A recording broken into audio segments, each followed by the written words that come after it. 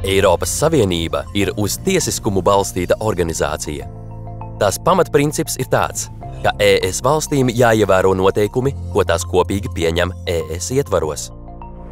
Persona, kam valsts nodarījusi tiešu kaitējumu, neizpildot ES tiesību aktu, var celt prasību valsts tiesā par zaudējumu atlīdzināšanu, un vajadzības gadījumā valsts tiesas var uzdot tiesai jautājumus, lai būtu vieglāk rast risinājumu lietā.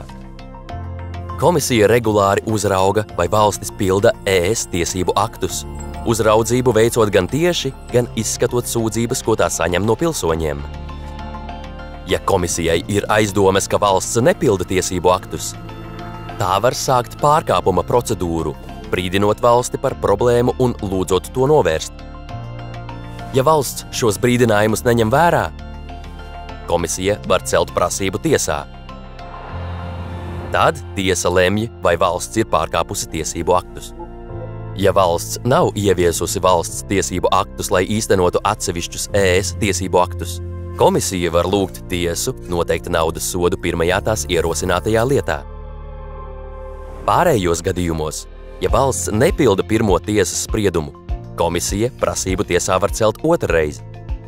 Ja otrais tiesas spriedums valstī ir nelabvēlīgs, tā var noteikt naudas sodus gan kā fiksētu summu par agrāko rīcību, gan kā naudas sodu par dienu, nedēļu vai mēnesi, kas uzkrājas līdz brīdim, kad valsts izpilda spriedumu. Šie naudas sodi var sasniegt simtiem miljonu eiro, un ir bijuši gadījumi, kad naudas sodu lielums ir bijis pat 1 miljons eiro dienā. Izmantojot šīs metodes, ES nodrošina, ka visas tās dalību valstis pilda kopīgi pieņemtos noteikumus.